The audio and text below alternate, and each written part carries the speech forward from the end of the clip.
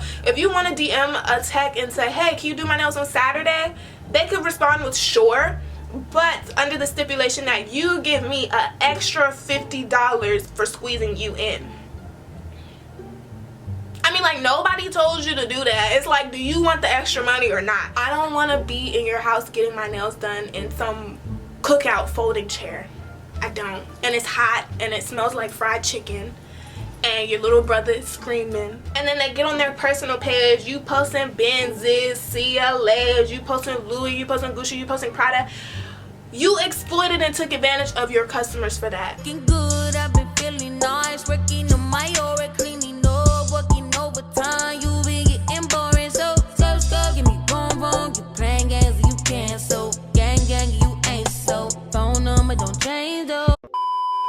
Hey guys, it's Kimera Yvonne. Welcome to my YouTube channel. Today we're going to be having an honest discussion all about these new hairstylists, nail techs, all of that. We're going to get into it. If you guys haven't seen my last video where I was gonna go get a silk press and the Instagram stylist canceled on me on my birthday, lying, said she had a car accident and all of that, you guys definitely go check it out. But that is where this conversation style video stemmed from, because that was definitely the straw that broke the camel's back for me, having my birthday up in the air on if I was going to have my hair done. That was very annoying. I have wanted to do a commentary video where I'm talking about the things that irritate me about these new Instagram businesses, but I never got around to filming it. So when this situation happened over my birthday, I was okay.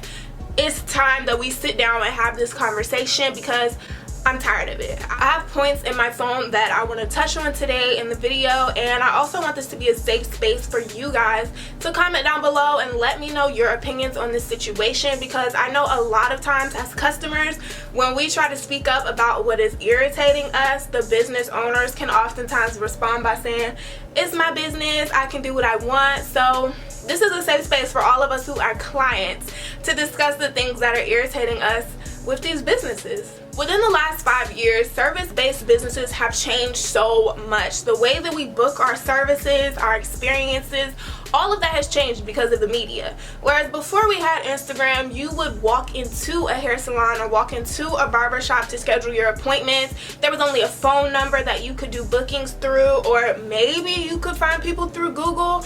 Everybody who I used to go to for hair or nails, I found them through word of mouth or directly going to the hair salon or something like that. Whereas today, we find a lot of our services on Instagram. I live in the DMV area, so if I need my hair done, I am typing in DMV hairstylist, DMV nail people. And a lot of times when you click on these hashtags, the people don't even live in that area. I just want to add. But that is how we find people today. That's how I find a lot of things that I need, is through Instagram. So now that we've changed our way to booking our services through social media and through Instagram, there's also been a lot of new rules, stipulations, and things that these new businesses have implemented to keep up with the change. I'm not too sure why these new rules have come into place, but I'm just pointing out that there has become a big difference in service-based businesses since social media has come into play. For a lot of these Instagram businesses, the truth about it all is that it's fast money. It's all about the money. They don't really have a passion for their craft. It's all about the money for them. They don't care about the customers. They care about that bag. And I know a lot of business owners will be like, how could you say that? I love y'all. I love y'all. Y'all, let's really think about it. If somebody is charging you $300, anything over $200 to install a lace wig, they do not love you. They do not love you. They do not value your business. They're robbing you. They're robbing you. And I don't care how you put it, because they like to say my prices are this way because I have to pay for booth rent, I have to pay for supplies, taxes. Okay, let's just say 4 people a day. Without the tip, y'all, that's $1,200. $1,200 a day. Now let's times that by 5, because y'all know they don't work on Sundays or Saturdays. Unless you want to pay the squeezing fee, and you know the girls are, but we just want to say they're working 5 days a week. Keep in mind, that's $1,200 a day times 5, $6,000 in 1 week. That is not including things that you can add to your services like color. That is not including the tip. That's not including squeeze-ins, cancellations. And that's only if you're doing 3 wigs a day. $6,000 a week. You cannot justify that. You cannot. Your booth rent would not be anywhere close to that. The supplies that you need to put a wig on somebody's head would not cost anywhere close to that. If you was washing and blow drying their hair, maybe, but you're not. So it doesn't cost anywhere close to that. And you want to get on here and justify to us taking more money from these people? Because you're quick to cancel and still charge the card. You're quick. You're quick to charge a squeezing fee. You're quick to charge extra because they have thick hair. You're quick to add on more and more charges because you're saying your time is precious. Your time. No, you're greedy. No, you want money. No. No. And a lot of times they'll say like, oh, we have to cancel you because it'll push into the next person. Half the time there is no next person. You just don't want to do it. You post to us that we need to hustle harder because you're able to do this, you're able to do that, you're able to buy a car, you're able to buy this product purse. You're only able to do that because you're overcharging people for services, honey. Again, these are my experiences, so these statements might sound like I'm generalizing all hairstylists or people like that, but this is my experience with them, and it is what it is. They lack professionalism. One thing that has gone downhill is the professionalism and the care that these stylists and techs have, but the prices have gone up. Now that these people are on Instagram, they have multiple rules, multiple policies that they implement, saying that it is to keep their business running smoothly, saying that it is because they service a lot of people, but a lot of times the rules just seem to be because they like power and they like control.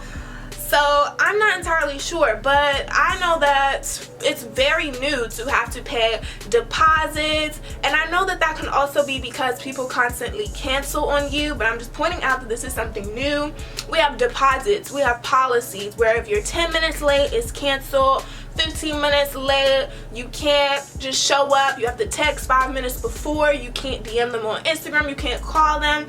Every business now has a list of policies that they want you to follow, and it's very difficult. You want to book a service, but now you have to read a whole book before you even book that service. It's kind of hard to remember that different businesses have different policies. So whereas one person, you might still be able to come to your appointment after 10 minutes, another girl might not even let you come. You lost your appointment, you lost your deposit, all of that. There's so many just different things that it's too much to keep up with, in my opinion. I can't keep up with it.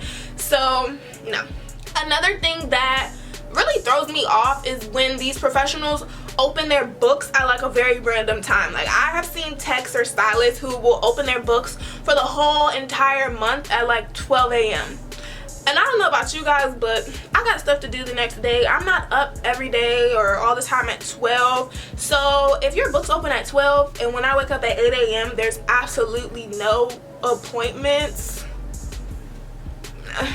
like, I don't know. That just seems to be very annoying. It's very hard to book your appointments and become a consistent client with these people because their books are filling up so fast. They open up at random times. They might open up a week before, and when you DM them questions saying like, when will your books open, when will you have cancellations, you can expect them to not respond.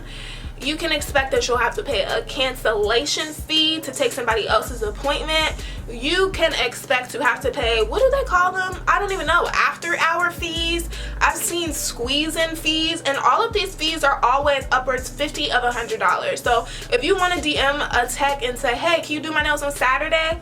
They could respond with sure, but under the stipulation that you give me an extra $50 for squeezing you in.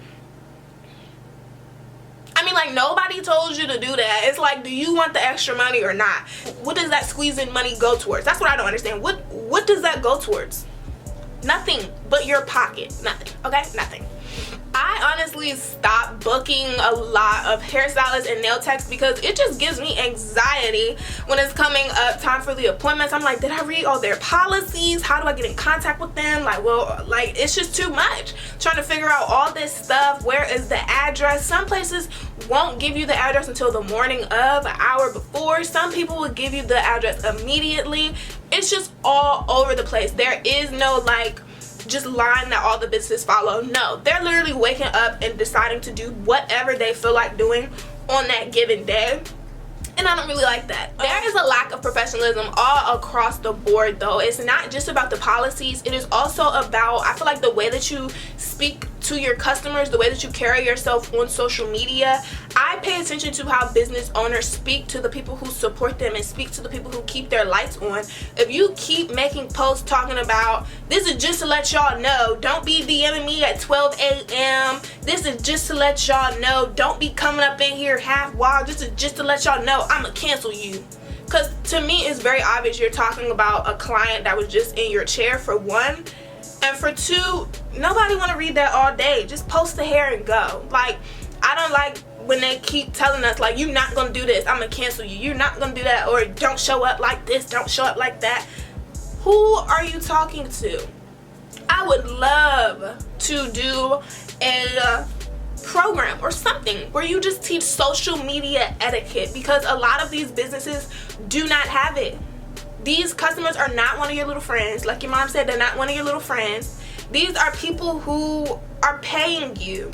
So you should not be speaking to them like they are your child, like they're somebody who's beneath you, or like they're nothing. That doesn't make any sense. Or people who constantly just text their clients with attitudes. They don't want to answer questions. If you DM them with a question and they say, oh, refer to my policy, it's already in the policy. I understand that, but if somebody's asking you a question, it doesn't hurt to copy and paste. And just a tip, if you tired of doing that, type up common FAQs, questions and answers in your notes. That way you can simply copy and paste it to each customer. Because sometimes people just want to talk to you to touch base and make sure that what they saw in your policy is what is the truth. And sometimes all you have to do is just respond. That makes your customers feel that much better when you engage with them before the appointment, because y'all are already off to a good foot. They know you're not going to send them no hey love text in the morning, and they got all the answers they need. But I'm just saying, that's how a business owner could go about that. Is simply respond to your customers when they have questions. Next, we have to talk about the lack of skill. I saw a post the other day that was saying, where are the stylists that grow and maintain your natural hair, that wash your natural hair? Because now a lot of these stylists do not wash your hair, they do not blow dry your hair, they do not do a lot of those things. A lot of the stylists also don't have the diversity that they used to have. You know, you could do all the ponytails in the world, but can you also do a silk press? Or can you do ponytails and install wigs?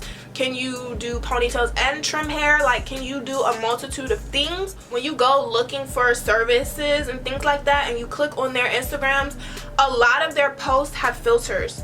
A lot of their videos sometimes are not even their own work, or they only post their best work, and when you go to them, it's trash. I've had that happen a lot with nails, whereas they post all these intricate designs and that they're able to lay the acrylic so nicely and all this other stuff, but when you go and sit in their chair, it's all messed up. They looking like they don't know what to do. The acrylic is goopy. It looks a hot mess. In the like standing right in front of it looking at it, it looks a hot mess. But when they post a picture on Instagram, they put a nice little filter on it, jazz it up, and it looks like quality work. But that's not always the case. So that's another reason why it makes it so difficult to find quality services, because you really never know like who you're booking with. A lot of times they also put having followers over loyal clientele. I have had a nail tech who I supported since she started her nail journey, and she lacked professionalism and literally did not care twice that she was losing a loyal client. Because why should she care? She has 15,000, 20,000 Instagram followers. They don't care. She's able to find another client that fast. Her books fill up overnight. So why should they care about loyal clients, loyal relationships? building bonds with your clients when they know that somebody's going to be in their seat, period. It doesn't matter to them. So once I realized that, I really was like, okay, either I'm going to learn how to do this myself, or I only want to be around people who genuinely care about their business and the people that they're servicing. I hear chair hoppers get a bad rep a lot of the time, but I feel like now it's hard to not be a chair hopper. You cannot get consistent appointments in the DMV with your favorite nail tech every month. You can't get consistent appointments with your favorite hairstylist every single month in the DMV. You can't, like, no, you can't. So it's impossible to be a loyal client at this point unless you're going to somebody who's not on Instagram, because once they have a certain number of followers, people are going to be interested in them, interested in their service, and a lot of times they feel like followers equals quality, or followers means I should up my price. I have 20,000 followers, so I need to up my price. No, that's not what that means, because a lot of followers does not always mean good work. I genuinely feel like a lot of people start these businesses because they crave power. A lot of these business owners have always wanted power, have always wanted to be in charge of somebody, in charge of something, and now that they have this Instagram platform with followers, this is their perfect opportunity to be in charge of you guys and make up these crazy rules, but you can't say anything about it because it's their business. It's my business. I do what I want. It's my business. And you could say that sounds far-fetched, but it's like, really think about it. Like, who would get on Instagram posting every day talking about, y'all better stop coming up in here undetangled, y'all better stop showing up here late? What? But again, that's somebody who craves control. That is somebody who did not start their business for the purpose of helping people or doing things like that. You want to control people. You like that now you have the upper hand and these clients rely on you, and you know they're going to do whatever you say because they want you to keep their appointment. And that's weird. Very weird. Like, if you want some control that bad, go be a store manager and manage that. Manage that. Because to have a business and then you suddenly feel like you're one-upping everybody else. And I know a lot of the times the excuse for these crazy outlandish policies are that people made me do it, people made me have to do this because y'all kept canceling and y'all stopped showing up and y'all started doing that. Da-da-da-da. There's no justification for these outlandish policies. Some things I do feel like, hello boy, hi boy, won't be in it. Y'all, this is my new puppy. Some things I do feel like make sense, like a late policy and cancellation rules, just to put a fire up under people a little bit of times because they don't respect your time. But I feel like it becomes an issue where the stuff that you're asking for just don't make sense, or you can't even deliver on the stuff that you're asking for. Like, I can't be 10 minutes late to the appointment, but I show up and you're not even there. That doesn't even make sense. And a lot of times when I see the question flipped, like, oh, if I'm 10 minutes late, it's a charge. If you're 10 minutes late, will there be a deduction in like my final price? It's crickets. Because they want to hold their clients to such a high standard that they can't even hold themselves to. And that doesn't sit right with me. So I don't know, like, what do you guys do? Like, do you guys just learn how to do all the services that you need, like nails and hair and stuff at home? But my thing is, I don't want to do all that stuff myself. I enjoy having somebody do my hair. I enjoy having somebody do my nails. I don't want to have to do those things myself all the time. I would love to be able to go and get those things done. But the other thing is, I don't really want to sit in your living room. I don't really want to sit in your living room. I don't really want your kids running around me. I don't really want to be around your family. Like, I don't know, I feel like that is just so weird when you go to get these services and you're like in people's house. Like, it's one thing if you're getting like box braids or something. You know what? No, it's not. Because at this point, the amount that these people are charging, you can afford to get a booth, baby. You can afford to get a booth.